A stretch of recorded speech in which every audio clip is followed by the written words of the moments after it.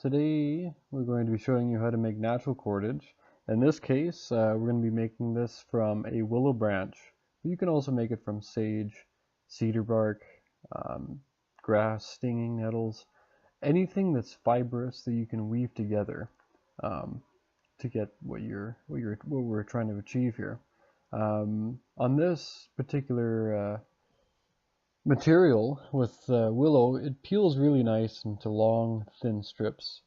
And it's the inner white bark that we're looking for, not the rough textured outer bark, but it's that inner white stuff that we're going for right now.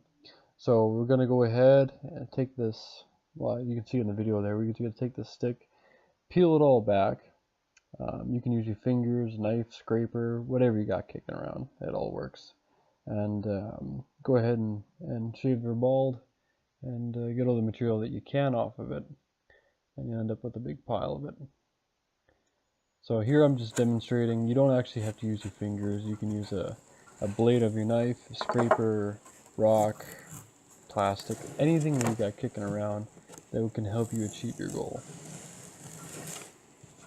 And once you've gone ahead and completely shaved your stick off, don't throw it away. We can utilize that for a later project, and I'll be showing that to you later in this video, what we could use that for. And so I'm going to go ahead and peel it all back just so we get this inner white bark left over. Just sort of demonstrating again, you don't have to use your fingers. You can go ahead and utilize these tools. Once you've got all your material collected, go ahead and put them in a pot of water and bring to a boil for approximately 10 minutes. It doesn't actually matter too much, but what we're going to do is try to soften up the fibers in order to twist them. So I'm going to go ahead and twist and sort of fold it in on itself. Then I'm going to twist the top, roll the bottom underneath.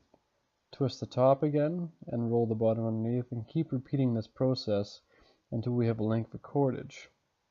Fun fact, actually, if you boil willow bark, it has the same active ingredient as aspirin and has very similar medicinal properties. And so if you're out in the field and you need some aspirin, don't have any with you, drinking willow bark tea will accomplish that. I would definitely not recommend that if you are allergic to aspirin, by the way. But it does work. It tastes really earthy, I'll put it, but it does work. Okay, and then you just carry on. To add an extra length of cord, go ahead, once you've run out your pieces here, and just add it to that shorter piece. And then continue to weave it in with your strand there. Again, rolling the top, twisting the bottom underneath. Rolling the top, twisting the bottom underneath. There's different methods to doing this, but I found this to be the easiest for me. And by the end of it, you should have a cord similar to this. Once it dries out, you can actually take a lighter and burn all the fray ends off and make it look fairly nice. And here, we're going to go ahead and create a fishing spear, and we're going to utilize that willow branch that we had harvested earlier. And I'm going to go ahead and make these wedges, 4 of them in total, just taking your knife and splitting them into 4 little chunks there. And then on the main pole, go ahead and split the top of it down, I don't know, 6-8 inches, something like this. Don't want to go too far though. And then, split it into a 4 all the way down. You got to be careful with this design because the actual idea is for the spear to actually pinch the fish. And you'll see later on that I didn't really demonstrate that very well, but I'll show you here in a second. And go ahead and wrap your cord to prevent the split from going any further, and shove your wedges in to fan out the forks. Now you see how the forks are fanned out here. Just a second, there they are. That's not a good thing. You actually want them to be pinched together so that when you stab the fish, the forks will actually hold the fish on by pinching it on, because there's no barbs on these, right? If they're flared out like they are now, there's a higher chance of the fish actually slipping off the barbs of the tines of the spear. I'm going to go ahead and we're going to make what's called a paiute deadfall trap. I'll go ahead and cut a piece approximately, well, for rat-sized rodents, we're going to say about maybe 4 or 5 inches long, something like that. For a mouse, you probably want about half this.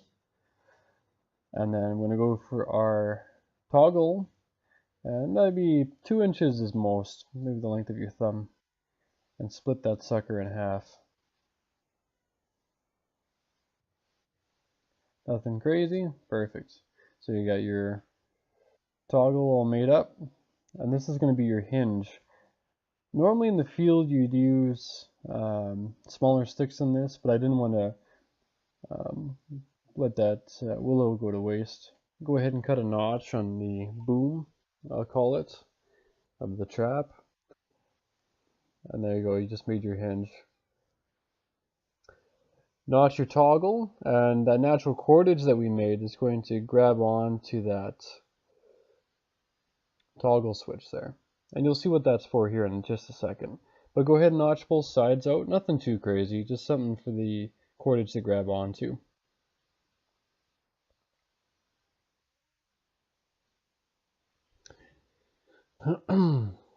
But you can use just about anything you want, sticks, twigs, whatever you got you're kicking around will work for this trap. And on the opposite end, I'll call it the boomstick, but whatever you want to call it, go ahead and cut a notch all the way around, and this is just solely to house a knot for that natural cordage. And this is going to attach to your toggle. And you'll see just here in a second how it all goes together. Go ahead and tie your cordage on. You don't actually have to use something like this. You know, really, the sky's the limit. Your imagination. You can use whatever you want, really. You have an old cotton shirt, bandana. You can use like a strip of a plastic bag. It really doesn't matter. But this is just for demonstration purposes, is what we could use this cordage for. So right now I'm tying on that toggle to the opposite end of the boomstick. I don't know what the actual name is, but I'm going to call it the boomstick.